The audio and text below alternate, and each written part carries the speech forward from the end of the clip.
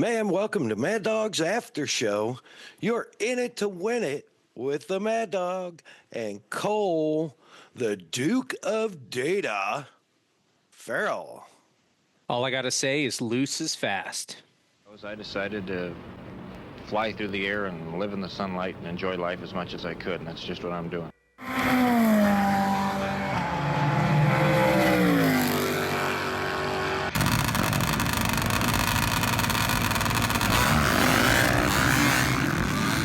Okay, it's happening. Everybody stay calm. What's the procedure, everyone? What's the procedure? Stay calm. Wait. Dude, what a way to start now. 112 episodes with those inspiring words right in the get-go from our good friend, I wish, Mr. Evil Knievel, flying through the air, living in the sunlight, and enjoying life. Yeah, I mean, no inspiring words were ever dealt with without the first responders and, of course, the brave men and women of our armed forces that let us do this podcast. We cannot be more thankful because every day we take risks, even if we don't realize it, and we have amazing people behind our backs to protect us when we fall. Yep, absolutely. And of course, extra special shout out to our veterans, our families of those that gave all the KIA, MIA deep respect. And I want to give, special prayers and thanks out to the Run to the Wall veterans group that is currently making their ride all through the U.S. And look it up. It's a great cause. Yeah, go back through our archives. We talk about it on the Gallup episode, I believe, first and maybe the second time. But yeah, go back, give it a listen. Very, very cool stuff that those men and women are putting on. Yep, absolutely. And man, so grateful for y'all and grateful for our next guest coming right up, Mr. Cain Smead. Right after we thank our great partners and sponsors, Kicker Performance Audio, been with us since day one. Bomber Eyewear, been with me for 10 years now. Assault Industries, Assault UTV, Assault ATV. The Premix Podcast, and our man Cole. Check out the end credits for more details on that. And of course, Shutter and World Media. And Hey Geeks Marketing.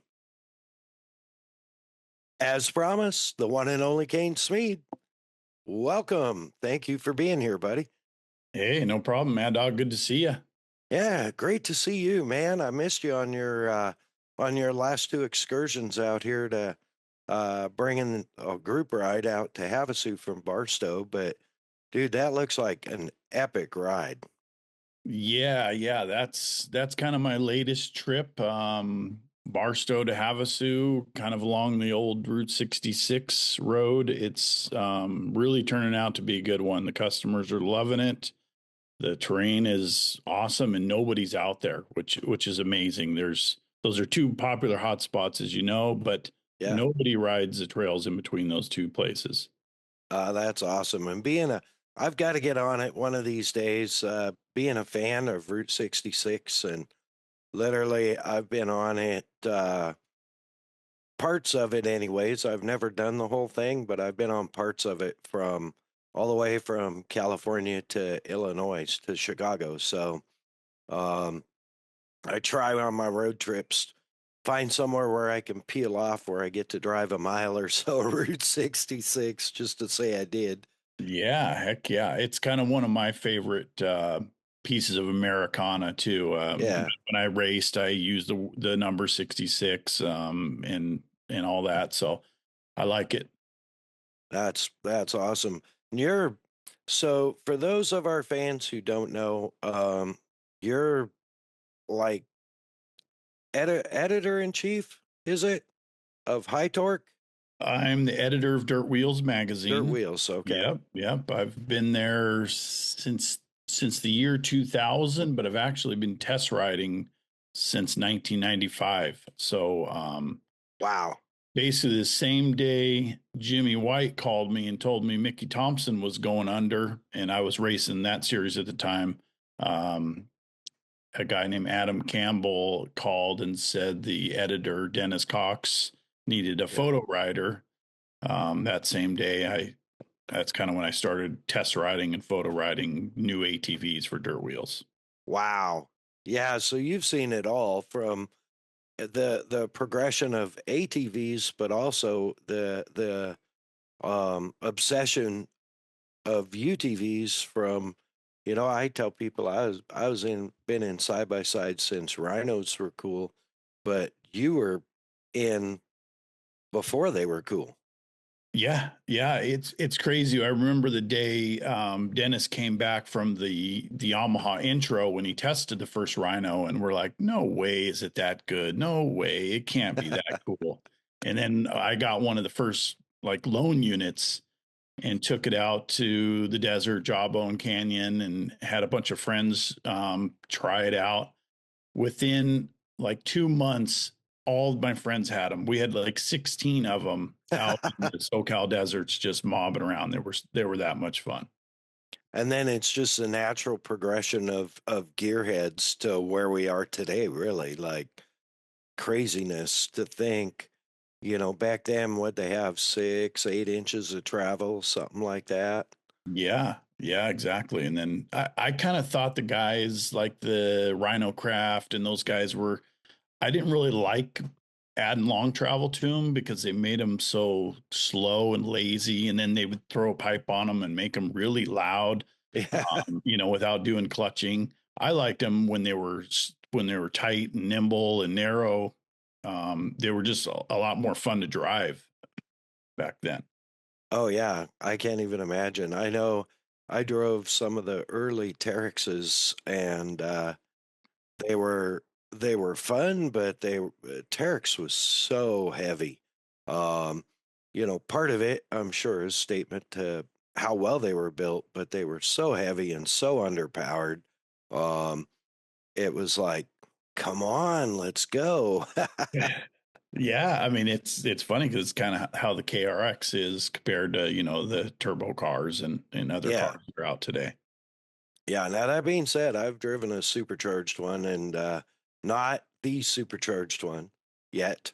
But Jim Beaver's supercharged 4-seater, and that flat gets it. I was surprised.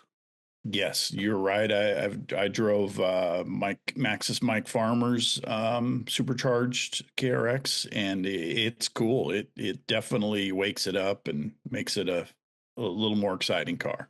Yeah, for sure. And you've pretty much ridden every UTV, every ATV out there that you can imagine. Um, which we'll get into some of that, but where did all this start? Because right before we got on, I wish we were recording there, because we were talking about class 5, and Cole has his class 5 still kicking around, um in street trim now, but maybe not for long. um but you were talking about class 5 racing Mickey Thompson.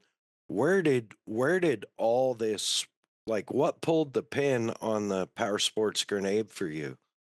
Yeah, well, my dad raced when I was, say, 5 to 10. He was racing off road. He was navigating for a local guy. We would go to the Mint 400 in the 70s. Yeah. When Tech was on Fremont Street back then, and they had Impound, and all the movie stars were there. Ted So Nugent raced it. exactly, yep. So I've been around it a long time. Just as a fan or whatever. And then both my mom and dad both bought 3-wheelers at some time in the 70s and 80s. So they became mine and my brothers. We would ride them, and they would sit around drinking beer or whatever and watching. And then I didn't start racing until after high school. I got a 2-stroke Suzuki quad and started racing pretty much full time, like would hit all the series that I could. But I never went to like the national level. I stayed in SoCal and just raced on the local level. So that's pretty much where it started.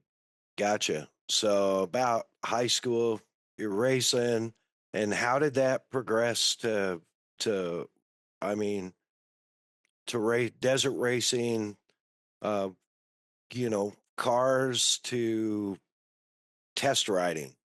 Yeah, well, so I was pretty good, I guess, on the local level. And then when, like I said, when Mickey Thompson went under, well, basically, I stopped racing quads, started racing the super lights, which is the Honda Odyssey of the day, Right.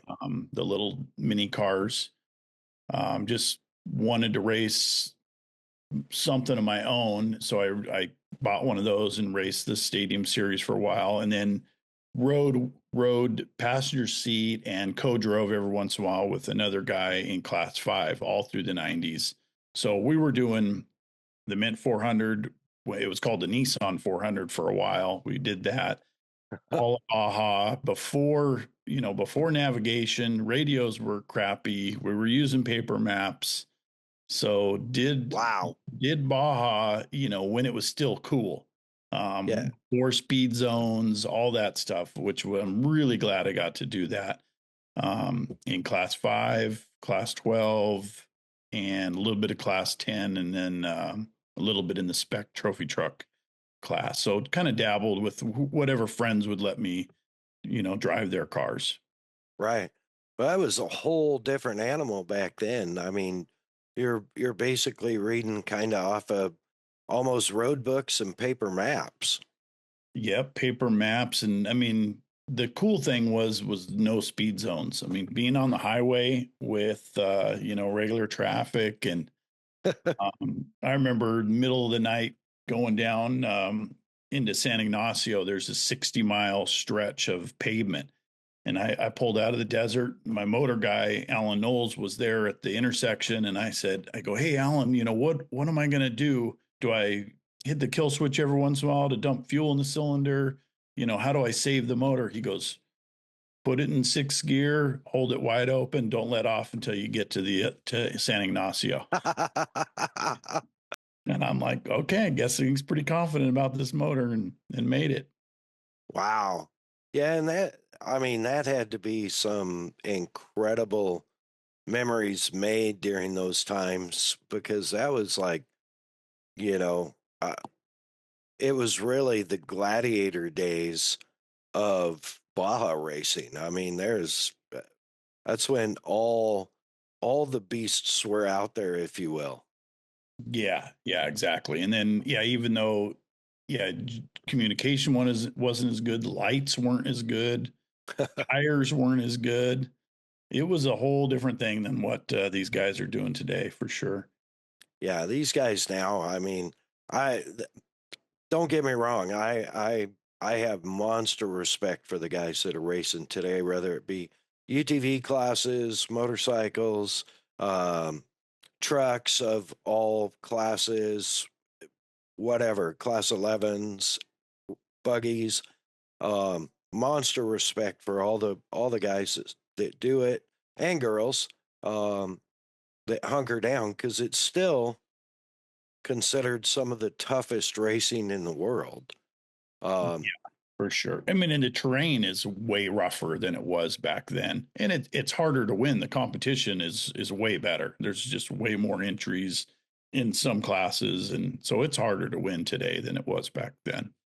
yeah, were you able to post up some wins, or how'd that go? Yeah, I had one, let's see, 98 Baja 1000 on a quad. We were actually doing it for Team Honda and for the magazine. It was a brand new quad that had come out, so we raced it and won. Awesome. And then in 96 in the Class 5 car, won won Baja in our class. That's awesome. I had no idea. I didn't know that, one, that you were a Baja winner, and two, that you had spent so much time racing off road in something besides quads. So there you go. I learned something, as long as everybody else. Yep. Yeah. So and then I stopped in 2018. I was racing for a guy named Matt Burrows, who's CFO of Monster Energy. Raced Yep. for him for a couple years. and really dug that, but kind of wanted to step away and spend more time raising my son and not wasting so much time and money down there in the desert. Yeah. Yeah. Monster Matt is pretty much infamous on desert racing, I think, as far as I know. Um, yeah, man. So then back to riding. Mickey Thompson folds, which was sad for any motors. I feel like motorsports person in general, not just off road person, but that Mickey Thompson series was just amazing, like crazy good. Yeah, yeah, it was so cool. Yeah, It's definitely missed. It was. I mean, I grew up as a young teenager going just to watch, and being able to actually race it was really cool. yeah, that's rad. I got to see a few. I saw a lot on TV, obviously, but I got to see a few live and had the great opportunity. Would have been early 90s, I guess, in the Kingdom in Seattle. Mm. And Mm-hmm. I was helping a buddy set up his wholesale account routes for Progressive Custom Wheels. And at the time, we were racing karts, and Progressive Custom Wheels sponsored us with full ride, big sponsorship. And of course, they were big sponsors, Ivan Stewart. Uh-huh. And so we got to go spend the entire day in the Ironman pits, and it was it was just so much different of an experience being at ground level, if you will. You know, it was just rad. Yeah, yeah. That and the Kingdom was a cool venue for sure. I think our one of our last races was at the Kingdom right before they tore that thing down. Yeah, that was I was sad to see that go, but blessed to have the memories, you know, and um, standing there in Ivan's pit, and this is just a side tangent, but we're standing there, and and he went out, and they did their parade lap, and they started, and they went over the jump, and uh, Mears got into him in the air and rolled the truck. He landed and kicked him sideways. He landed and it rolled the truck. And he came, I think they red flagged it, and he came back in the pits. Um, and man, he was mad, cussing and ripping parts off the truck. And I was like, wow, I'm going to stay back here out of the way, but this is really cool. Uh, and I still have that fender in storage up in Washington State, one of the rear fenders. So, Oh, that's cool. I mean, yeah, for our sport, that's like Dale Earnhardt and Kel Yarbrough going at it or something yeah, like that. yeah, exactly. It's just rad. So, anyways, okay. So you started doing some test riding, and you remember what the first project was? Yeah, well, like so in the mid 90s, the ATV industry was pretty dead.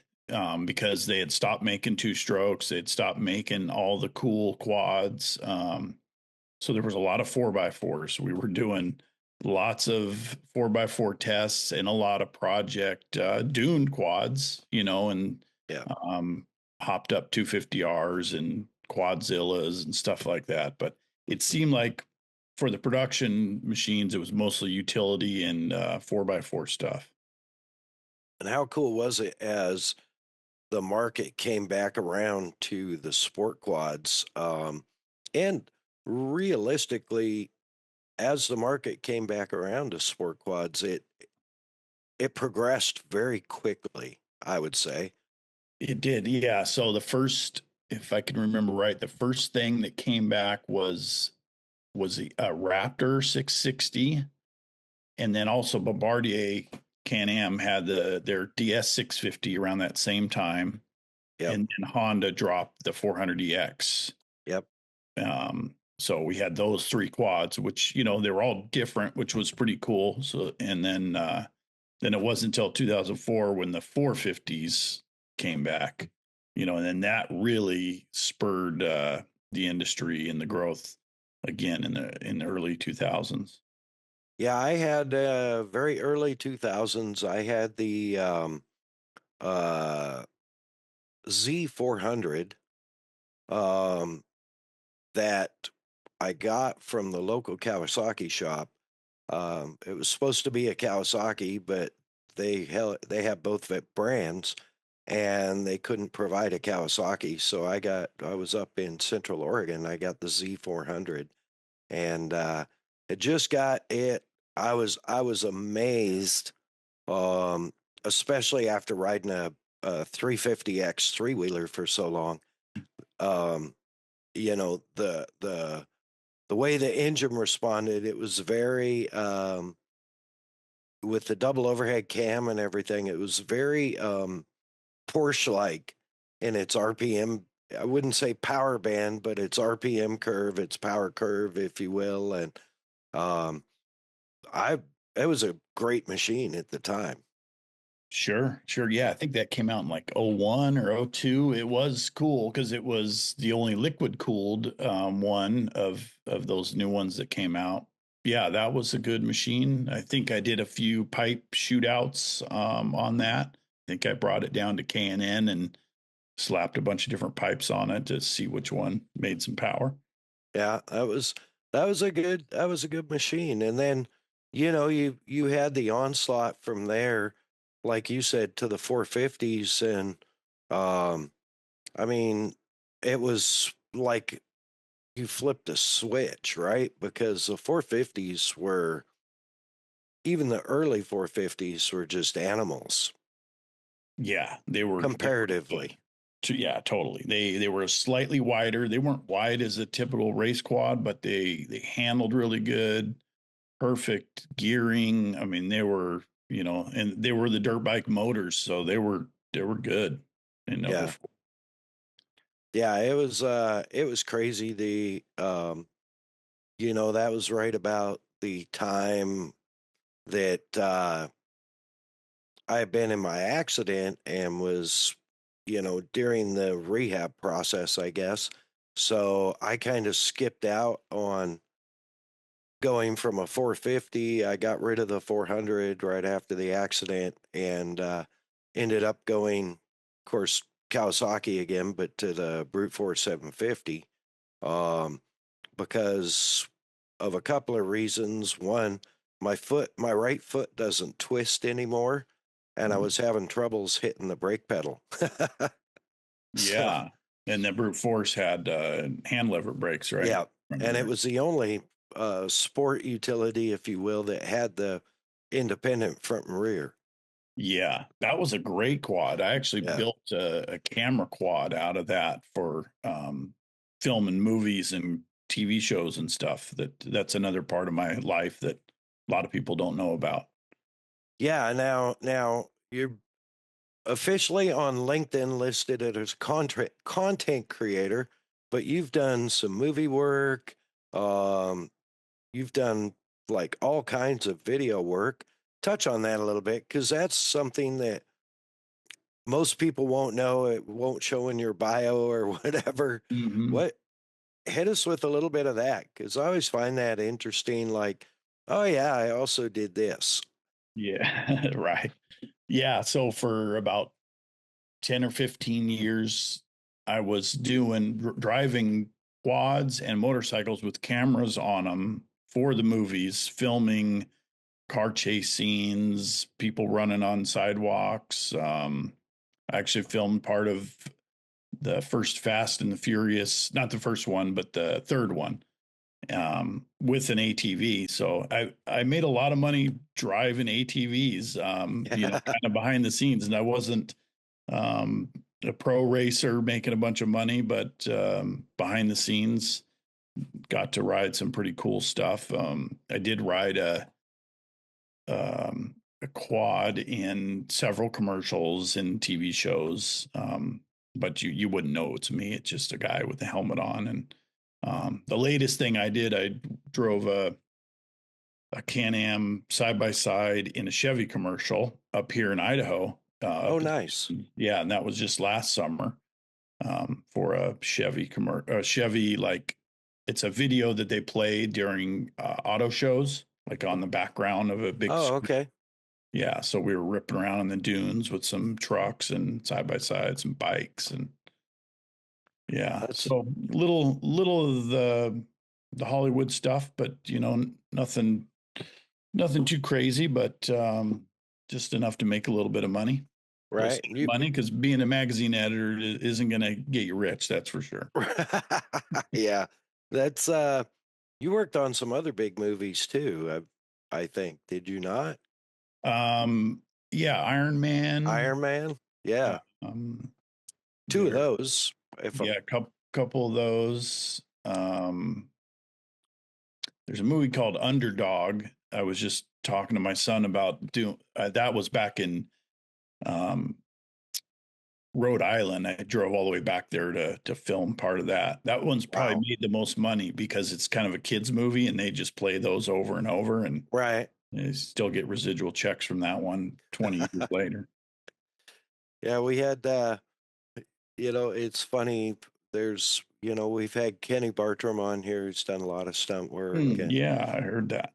yeah, and we had Robbie Reeves from uh, Race Operations American Flat Track now, but he actually ended up driving Mellow Yellow car or City Chevrolet car in the Days of Thunder for one scene.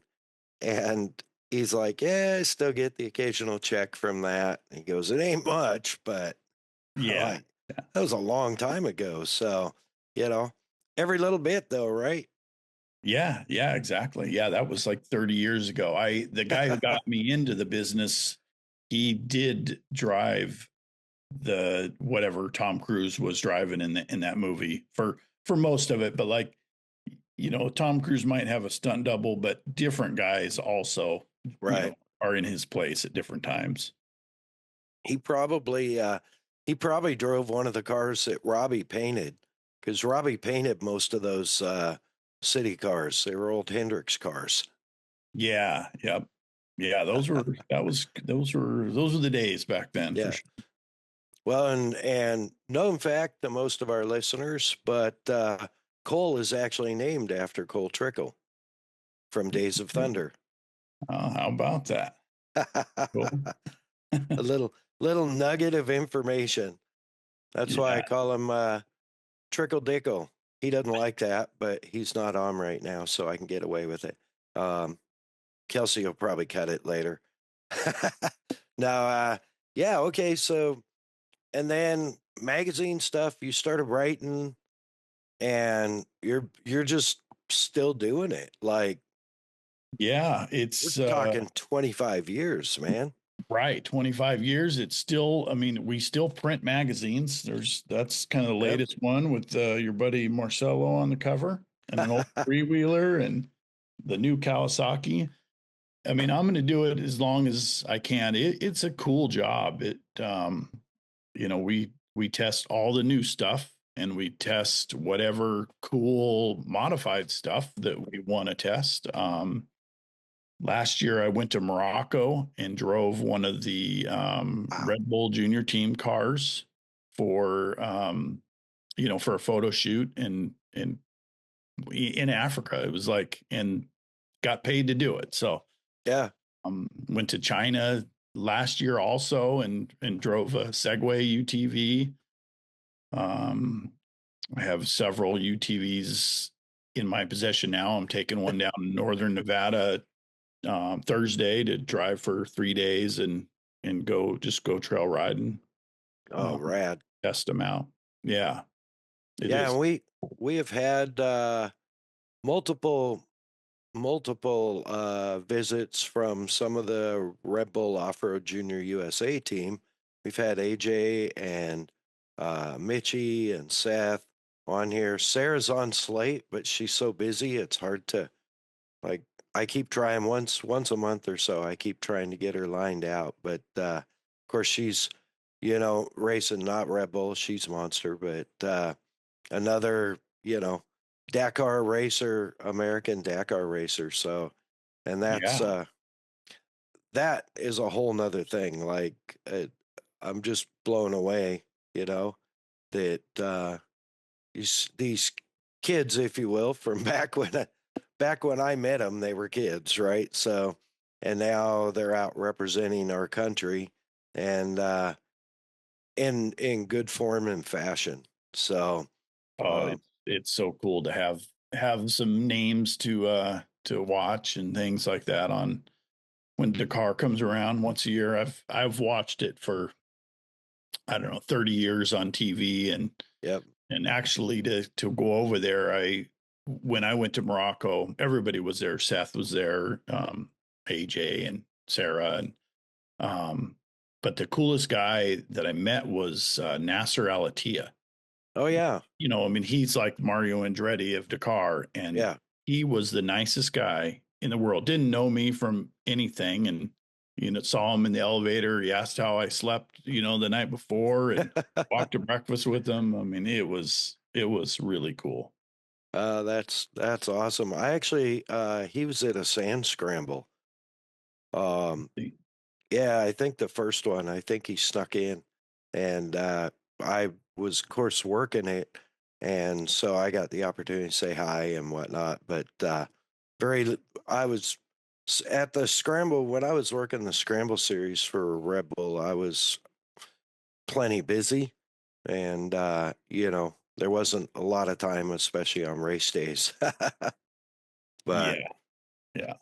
That's man, a shame about that series. That was such a great concept for sure. I mean, execution was good too. It just, I don't know, maybe more about the behind the scenes, but it's a cool concept.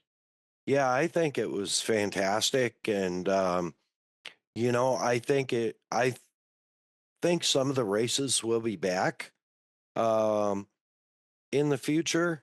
I think the series will restructure a little bit, and it'll be back. I know it's my understanding Red Bull's got some changes going on up up top, if you will, and they're just reorganizing some of that to prioritize the big races or good races, which Hmm. is fine by me because the big ones were the only ones I got to work. So Yeah, yeah, and those are the ones I went to. A few big ones. It was great. It was like kind of pick and choose. Oh yeah, I want to go to New Jersey Boardwalk. Yeah, I want to go. yeah, To these. That was a cool deal. yeah, the Jersey one, we're just on the anniversary of the first Jersey one, and That's true. it's like that was just so epic. I mean, I had no idea what to expect going into that. But I'm like, all right, well, here we go. I mean, I'd already done sand, but that was on soil I was familiar with, if you will. Turf I was familiar with out there in Glamis, so going to Jersey, but it was amazing. And the second one was 100 times better. So I really miss it. I'm bummed they're not having it this year, but hopefully it'll be back next year. So, um, Yeah. Yeah, the photos from that place turned out really good. I mean, I couldn't take a bad picture, with the roller coasters in the background and the boardwalk and the piers and all that in the ocean. yeah, and the racing was entertaining too. So, and Oh, yeah. you've been to that point though. You've been, as you're saying, I mean, besides driving stuff, but you've been all over the world just shooting events, shooting racing, shooting quads, side by sides. I mean, holy cow. How cool is that? Yeah, yeah, it's pretty cool. Yeah, Marcelo and I went to Dubai to judge a car show one time. We didn't even get to ride, but we went all the way halfway across the world and didn't ride. But hey, it was still a good time. Yeah, that's cool. And, I love Marcelo. We had him on not too long ago. Um, Another fantastic episode.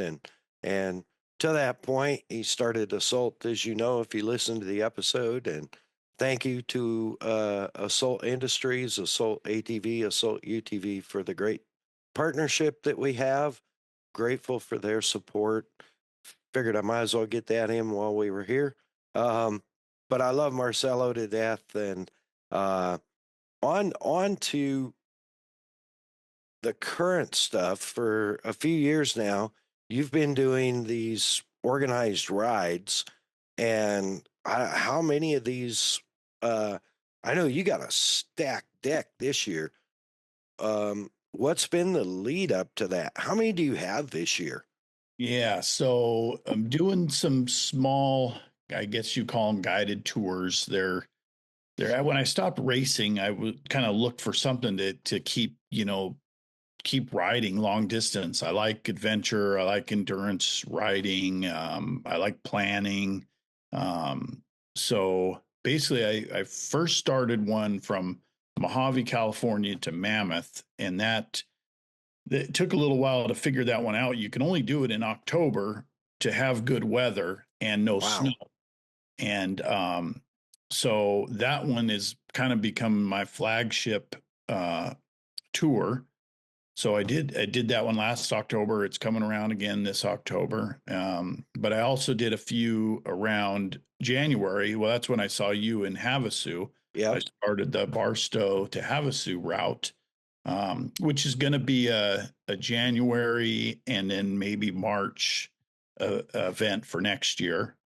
Just a day over, go up to Pirate Cove for a day, come back to Havasu Landing, and then back to Barstow. So a 3-day. But this year, my big one, and it's kind of a old customers have not convinced me to do it, convinced to go along with me doing it. It's not I'm not charging people to do it. We're just doing it for fun, but we're going from Canada to Mexico in a 10-day to 2-week trip, the border above Idaho. So we're going to spend about 6 days in the Idaho forest, wiggling our way down, primarily on the Idaho BDR, except for a few 100 miles that we're going to cut off just for time's sake. Cross Nevada on the Pony Express Trail, kind of at a diagonal. We're not going, the BDR goes a different route through Nevada, but we're going to go a diagonal through Nevada, get into California, do my Mojave to Mammoth route backwards, and then my Barstow to Havasu route, and then Havasu down to Glamis, and then the border wall down there. Wow. And that'll be in September, late September, early October. Epic. But you better pack your warm clothes for some of that. Yeah, it's going to be, I'm actually scouting the final part in Nevada this weekend, or Thursday and Friday, to make sure I get that all. I've actually laid eyes on every inch of the trail, just so I know it works, and I have it on my Polaris Ride Command and all that. So it's a legit trail, all off road. Because like some of the BDR, that backcountry discovery route, goes on the pavement, and as you know, I'm a magazine guy. I get loan units. I don't ride on the pavement. It's all dirt. It's all legal. And it's all fun. I stay away from the busy places. Barstow is the only part we have about 5 miles of rough, whooped out terrain, but the rest of it's all smooth and kind of uncharted trails. Yeah.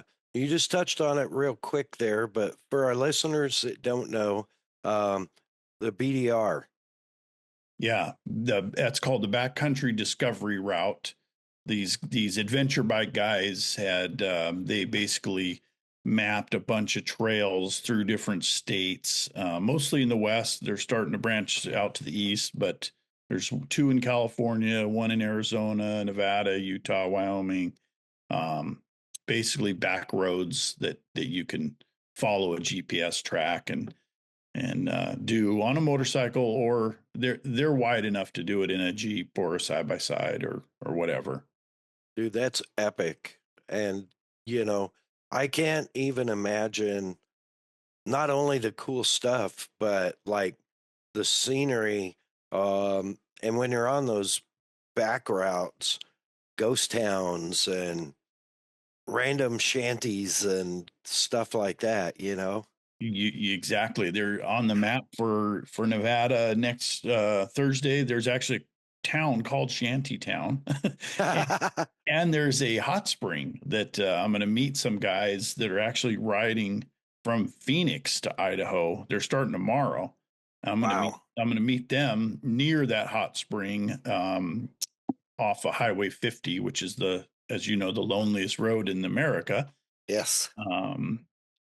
So there is some cool stuff out there. They're just scouting all these trails this last year has been really cool. Just seeing everything. And some of them, it's a haul for you because you're in Idaho now, yeah? Yeah, Right? I'm in southern Idaho, which is it's close to the Oregon border. It's close to the Nevada border. Um, and the riding and exploring up here it's amazing. I mean, it's as cool as the Mojave Desert, but with a little more a little more forest and stuff thrown in. Right. There's last time I drove up there, which was probably a year and a half ago or so. I went basically up to 93 and then on up out of Vegas on up through, I don't remember the border town there, but and then on into Boise or Nampa. Mm. Um, Yeah, but jackpot maybe if you went through yeah, jackpot would be the 93. yeah, I think it was jackpot, but I couldn't help but as you're going through there, you know, there's not only so much history through there, but there's literally trails everywhere and history, racing history out there, because there's a lot of off-road races that have either been out there, continue to be out there, or have traveled various routes through there. So it's always that and the 95 north through Nevada always just I don't know how I stay concentrated on the road because it's like, oh yeah, this is where this was. This is where they do this, or this is so cool. Oh, look at that trail, you know, and Yeah, yeah, exactly. Yeah, I think they just had a race up in Hawthorne this weekend, the Vora. yep. People talk about, you're driving down a highway and you wonder where that dirt road goes. Well, I pull over and I go find out where it goes. I know where it goes. Right. Well, and in your case, for the most part, you get paid to learn where those go while you're at it. So, I mean, that's a Exactly. win-win. Yeah, and Polaris has an awesome app free on your phone called Ride Command, Yep.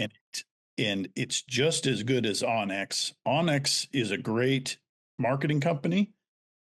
They use the same information and put it on their apps. So Onyx advertises with us, so we do use it quite a bit. But I also use Polaris Ride Command. I have 45,000 track miles on my Polaris Ride Command.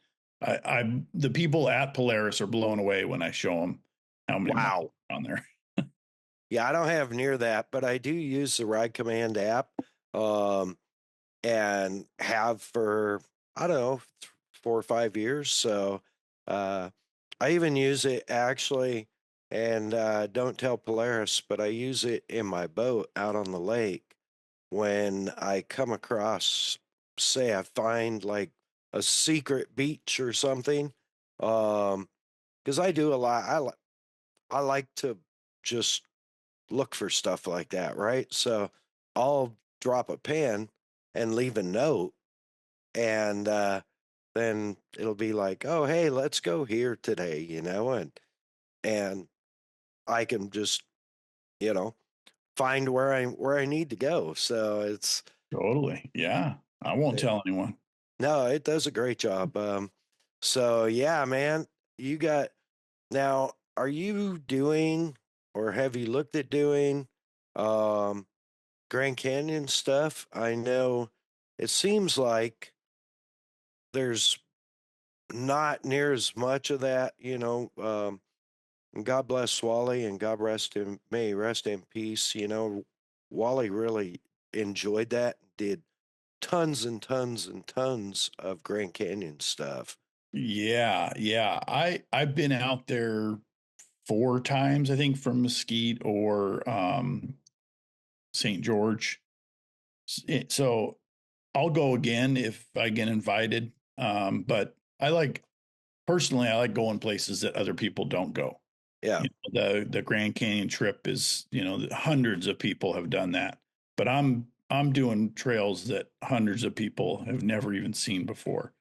wow. And they're just as cool. I mean, the Grand Canyon's cool and it's a bucket list thing, but I've checked it off my list several Right. times.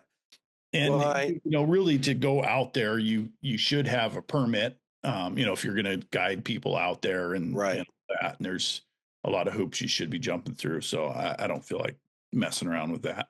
Yeah, that's understood completely. And our good friend and a multiple time editor or contributor, sorry, to your magazine, Casey Cadero, Eric Cadero, um, has scouted out some pretty cool stuff.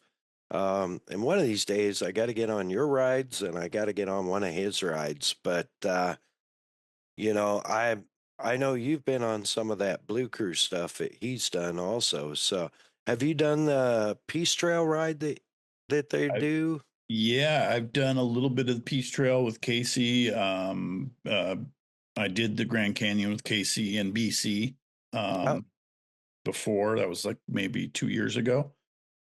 So yeah, yeah. yeah, I tried to get BC to come on the last Barstow to Havasu ride, but he's a busy guy too. So He is for sure. So yeah, it's man, so how many rides do you have on the schedule this year? so I have one coming up the weekend after Memorial Day here in Idaho, which is going into Nevada, and then the Canada to Mexico trip, and then one Mojave to Mammoth. So I have 4 left for this. Wow, Yeah. that's awesome. When you're out there in the middle of Nevada, middle of nowhere, Nevada, are you extra cautious? Keep your eyes open for aliens and stuff like that? Heck yeah. Well, Yeah, especially if you sleep out under the stars, you get to see what's going on up there in the sky. You don't see it in the daytime. You hear it sometimes. You might be parked and hear some stuff going on, but it's at night when you really get to see it. yeah. Um, I just wrote an article actually about the best counties in Nevada to ride in, and talked about I don't know. I think it's Nye County is actually where Mm-hmm. Area 51 is in. Yeah, Talked about how there's trails leading not right up to the gate, but close to it. yeah. That's I talk about that kind of stuff often, and people look at me like I hit my head one too many times. But that whole central Nevada area and central Idaho really is there's a lot of weird stuff goes on out there. There is, and yeah, north. I mean, the empty desert is not so empty, Right. especially the skies for sure. Yeah. Have you ridden now that you're up there in Idaho, have you been out to Craters of the Moon and around there? Is there riding around there? It's a You know, really cool area. Atomic yeah. City. I'm actually there. Yeah, I'm going on a ride with some friends of mine in July, and we're going to ride near there. I've driven through Craters of the Moon, but yeah, we're doing like a 4-day ride up into Montana, back over into Idaho. But I did a ride in Oregon. It's at the Jordan Craters. It's near Burns, Oregon, which I'm sure Mhm. you've driven through. Yeah. You can literally ride on a lava field. There's a trail that goes across this lava field, and you're riding on it for 6 or 7 miles, and it's not even that rough. It's amazing. You're just riding on a volcano out in the middle of the desert. It's really cool. It, you know, there's got to be people listening that are going, what? How do I sign up for adventures like this in my life? So, what is there ways they can get a hold of you? Is there things they can do to experience some of this? Well, what are your recommendations? Yeah, I mean, you can follow me on Cain's Appetite for Adventure with the number four for like four wheels, and CAIN, Cain's Appetite for Adventure. But I mean, the easiest way to do it is pick up your Ride Command app and put it on your phone or Onyx, and literally zoom in, and you'll see trails. You know, if you're go to unpopulated area, there's legal off-road trails that you can go take your Jeep or side by side or quad or dirt bike. They're on there. I mean, that's how I found them, literally by just looking at the map. Yeah, and there is so much cool territory out there that is open to run and explore. Um, it's I don't think people realize. I mean, we're obviously getting restricted more and more all the time um, by overregulation, but in the same right, there's still a ton of stuff out there.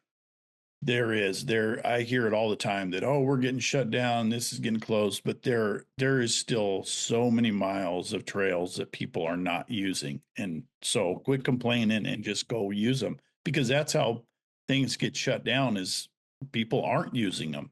And Right. or they're using they're congregated in one area and overusing an area. So then they'll shut that area down. But if you spread out and go explore something new, you know, that's your opportunity to go ride. Well, and that's part of the highlights of what we, in our description here at the after show is like travel, adventure, and fun is all part of that, you know, tags that I use on our YouTube channel. So uh, maybe take those words to heart, folks. I mean, Kane's made a living at it his whole life. Yep, exactly. Yeah, I hope So, people do. yeah, man, what else is new and exciting? What else you got coming up? Anything you can't tell us about? Um, Well, we're patiently waiting for Kawasaki to drop the new supercharged KRX. I mean, we know it's coming. They've teased it. We don't know when it's coming, but that's going to be exciting. I bet Yamaha probably has something up their sleeve. Um, that's about it in the four-wheel world. I'm doing a couple hard enduro races on two wheels in June nice. up here in Idaho. I ride dirt bikes for fun to keep my mind off of trail riding and ATV stuff. I don't think about work when I'm doing that. I think about not dying. Right. Yeah, probably just as well. But yeah, it's interesting because when I was with Muzzies and riding so much, and driving so much and working on developing and photo shoots and all that stuff, and even riding the brute force and racing the brute force, it was like you get so wrapped up in it. Um, my thing, Viking doesn't really want me back on two wheels after some history. Um, so my thing, I would go sailing, and it was like completely different discipline and mental reset, and that was basically my escape at the time. So it was I totally get it. Have been looking at bikes though, because I got so much around here to explore that I Mhm. would like to get even a small four stroke just to get out and putt around and do some exploring and maybe some panning and stuff like that. Oh, heck yeah. They're the trail that I take leading into Havasu where you're at. you could ride a bike on it just fine. There's some sand out there, but there's some cool stuff to look at. Just on the other side of 95, Turtle Mountain Wilderness.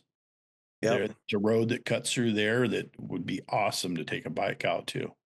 Yeah, I'm sure it'd be awesome. I've been looking at the Ride Command and all that at all the trails, and I'm like, oh yeah, I want to go explore here. I want to go explore there. So maybe I'll do a quad and get her softened up and then switch to a bike. Gotta pull the trigger soon though. I'm not getting any younger, you know. Yeah, exactly. You can do it now and read about it later. Yep, that's right. Speaking of read about it, Dirt Wheels magazine, and do you still do the UTV? What was it? UTV Rider UTV Action. Action. We still have the social and the website for UTV Okay. Action. It's just not printed. Dirt Wheels is the printed title, I guess you'd call it. Yeah, and on that thought process, I have a giant box of, man, I don't know, over 10 years of dirt wheels in my storage in Oregon, um, that I just couldn't bear to get rid of. You know, I couldn't part with it. And um, I'm like, man, there's just so many good stories in it over the years. And a lot of those are yours, you know, and a lot of the photography and all that. So Yeah, thank you. I believe we did some Muzzy um brute forces and the side by side. Yep. Did you do an Articat, something on an Articat? Maybe Yeah. an exhaust or something? Yeah, we did the exhaust and big board kit on the original Wildcat and Wildcat X. Yep. And then we did exhaust fuel management on the 700 Trail 700 Sport Series. Right. Yeah. Which unbelievable difference in performance on those little cars. And um, I love those little 700s. They were nimble, they were fun. Um, you know, we got the first one. Actually, Kale sent it to me, and I had I think it was right at three. It arrived like 2.5 or 3 weeks before Doomfest that year, Mm. um, and I was like, man, we want to have something ready for Doomfest. And the R&D guy and I put our heads together and came up with something. And I took it out. I worked on the fuel system, um, and I took it out. You know, I'd run it stock out in the desert there, and I took it out with the exhaust and fuel management. And I'm like, holy cow, this thing it make enough power that it's almost unruly being 50 inches and so short. Sure. So it was a lot of fun. And then I called Dave over at Fullerton Sand Sports, you know, and that's where Cole was working. And I said, hey, I'm bringing this car to Doomfest, and this is what I need. And have you got a set? What do I need for paddles and stuff? Oh, I got you. I got you. You know, Dave, I got you. I got you covered. And Cole showed up with these, what I thought at the time were like massive paddles for this little tiny car. I'm like, dude, this thing isn't, we're going to smoke belts. We're going to tear this thing apart. And that thing was like a freaking go-kart in the Winchester Dunes. It was That's cool. so much fun. Yeah. Like sitting on a Banshee, like sitting on Yeah. some, powerful and knifing through the woods. Yeah. Yeah, it was nuts. And the funny thing, I still have a picture um right after we got the tires on, because every time I looked at that thing from the back, I just laughed because it looked like a funny car, because the paddles were, Kicked it up and they were out. yeah, well, they didn't even stick out that far, but Okay. they were so wide compared to, you know, the little, like, whatever was on it, 10-inch tires or whatever. And, uh, I mean, the 10-inch wide or 8-inch wide, they were so wide. But dude, if you could ever get your hands on one that had some performance done to it in the sport or the trail, the little 50-inch, and get it out in the dunes, you could just, it was like a go-kart, like an overpowered go-kart. You could just flick it wherever you wanted. Mhm. You almost felt like you were if you put body into it, it would, you know, put your body into it, it would change the attitude of the car. It was just Yeah, unbelievably good experience. that sounds like a blast. Those I guess you'd call underpowered car or under suspended cars were fun. I mean, it's Yeah, way more fun than a 200 horsepower car that's going to launch you 80 foot off of a blind dune. You know, right. it's like riding a pit bike. Those little UTVs, and you know that's why I was talking about the Rhino in stock trim was so much fun. Yeah, that and you know, Polaris, I still remember the very first Razor 800 that Sure. we got, and I was like, "Oh my gosh, dude, this is like it's like a little mini sand rail, you know?" And the first time I drove one, I was like, "Good Lord, these are fun." Yeah. And I had driven some significant. I built a couple of Rhinos and a couple of Terexes by then, and um, it was just like you said, totally different experience, right? It was just crazy that little skinny car with half decent suspension and adequate power at the time. Uh, they were just fun. It was the purest days, if you will. Yeah, yeah. Having fun at 30 miles an hour is like more fun than having it at 100 miles an hour. You know it's safer and Yeah, it's a blast. You know, it's yeah, not as risky, so it's more enjoyable. for sure, for sure.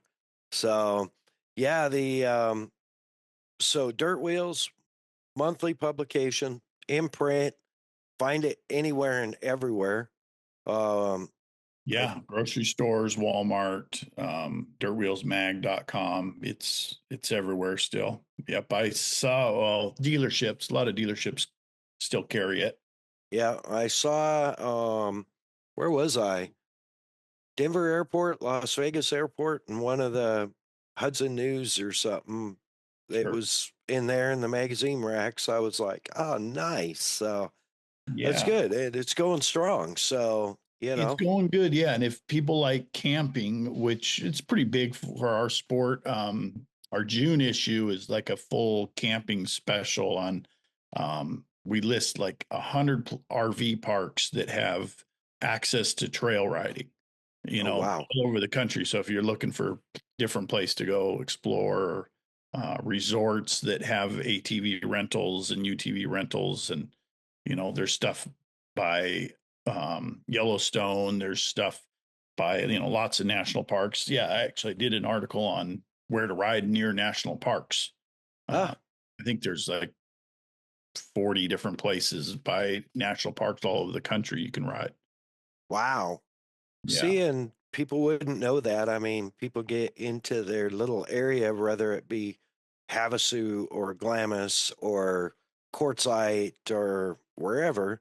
And it's like, oh, you know, Kingman up sure. Wallapeyes and all that. Everybody gets like, oh, this is our area, you know. But I mean, there's so many adventures out there that Yeah. they could. Folks, go grab yourself a Dirt Wheels right now. Well, no, listen to the rest of the podcast, then go grab one and plan your next adventure.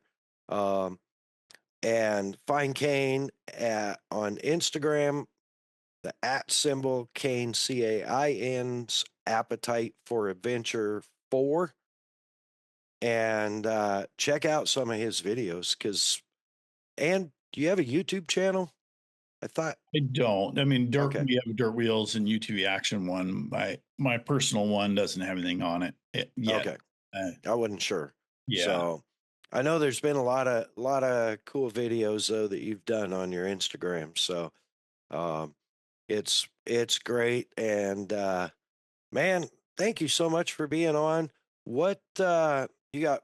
Partners, sponsors, anybody like that you Yeah, need to yeah, not cover? really. Just Dirt Wheels. If go on there, go follow the social pages, follow mine. I'm not sponsored. They write me a paycheck every month, so no, no one's that's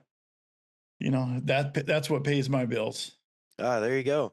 All right, special shout outs. Just you keep it going. Thank you. This is interesting. I do a lot of driving, so it's good to listen to podcasts. I listen to several motorsports ones, and it's cool listening to yours. Because I follow you on social and see what you're doing, and I've listened to a few of guys I never knew, and that they were very interesting. It's cool even listening to Cole's races and mechanic stuff that he's been doing lately. Yeah. We try and mix it up, but the priority for us is we take having fun seriously. Heck yeah. So Way to do it. we're not in it for the money. We're here for your enjoyment or lack thereof. But we couldn't do it without our partners, and we'll get to those in just a few minutes. Cain, thank you so much. I can't wait till you're out here again. I'd love to sit down and have dinner again. Uh, Maybe invite Marcelo and he'll pick the tab up again. Yeah, that's always nice when that happens. We love you, Marcelo. I know you listen once in a while. So um, grateful for you, Cain, the coverage that you've provided me back in the Muzzies days and the friendship that we've developed and your loyal listenership, man. We really appreciate that and your constructive input about the podcast. Hopefully we can keep it going just the way people like it. Yeah. All right. Thank you. You bet, man. Ride safe, have fun, and we'll catch you soon. Sounds good. Thanks, Cain. See ya. Man, that was a lot of fun. And holy cow, we learned a lot of things that I didn't know about Cain. How about you, Cole? I mean, it's a good day when we're talking Days of Thunder and, obviously a little bit about me too. So no, it had everything I could ask for. Yeah. Yeah. I know, I've had a few discussions with Cain about the podcast and,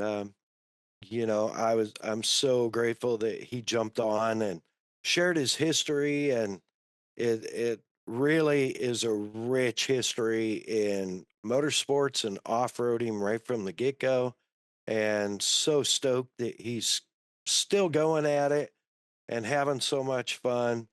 And man, Cole, what do you got? You got anything to wrap this up? Oh man, nothing personally, just inspiring listen for sure. Now I'm inspired to check out some new trails in the Ranger. Go get stuck, go get lost, keep it fun. Yeah, make sure you get that app. Yes. Polaris Ride Command, free. With that, folks, we want to be sure and thank our partners and sponsors, Kicker Performance Audio. You can find them online, kicker.com, on Instagram at Kicker Audio, Facebook Kicker, on YouTube and X Kicker, and every other Tuesday night live on their YouTube channel. You can find them, their live TV show, Kicker Unmasked Live, for all of your absolute best 12-volt audio needs. Everything you need, from bikes to boats to cars to trucks to buggies. Kicker Performance Audio.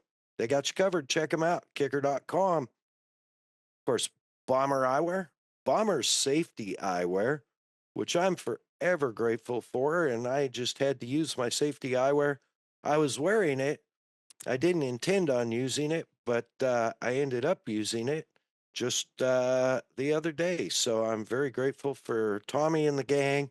Man, or Bomber Safety Eyewear, Bomber Eyewear. You can find them online, bombereyewear.com, on Instagram at Bomber Eyewear.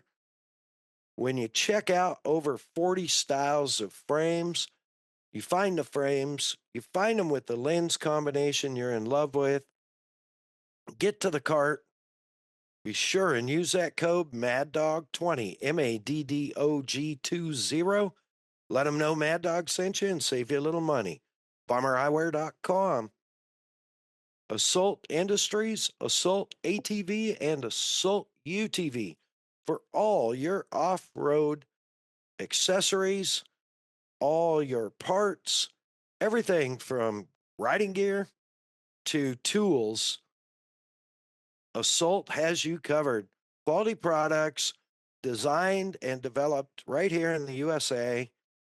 Man, Assault UTV, Assault ATV, find them online, assaultind.com, or on Instagram at Assault UTV. Of course, the Premix Podcast, y'all know Cole and that beautiful voice, available for hire for any announcing or MC needs. Hit him up, slide into his DMs. That's the @ symbol, ThePremixPodcast, at the Premix Podcast. Oh, yeah.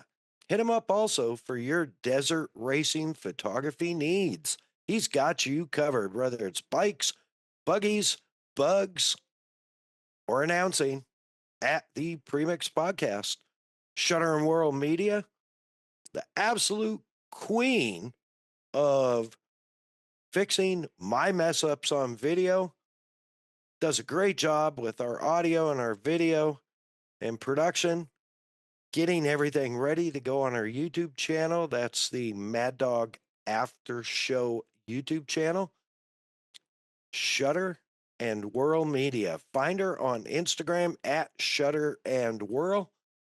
Click on the bio, click on the link, go to the website, check out her portfolio. She's got you covered. Everything from pre-production to post-production, video and still photography, even pet portraits. Hit her up, Shutter and Whirl. Of course, Hey Keeks Marketing. All of our social media templates, our logo work, any of our special graphic work, compliments of Hey Keeks Marketing. She can also build you a website like she's doing with us, or fire up a social media campaign or just social media accounts for you. You need help? Yell, Hey Keeks, or find her on Instagram at Hey Keeks Marketing, or on the webs, heykeeks.com. With that, folks, we're going to stick a fork in it. I want to say thank you to Team Kicker for the incredible trip I was just on. We'll download on that at some episode upcoming. But I also want to say thank you to our fans. God bless you, our fans. God bless our veterans. God bless our first responders. God bless our active service people around the world. God bless America. Mad Dog out.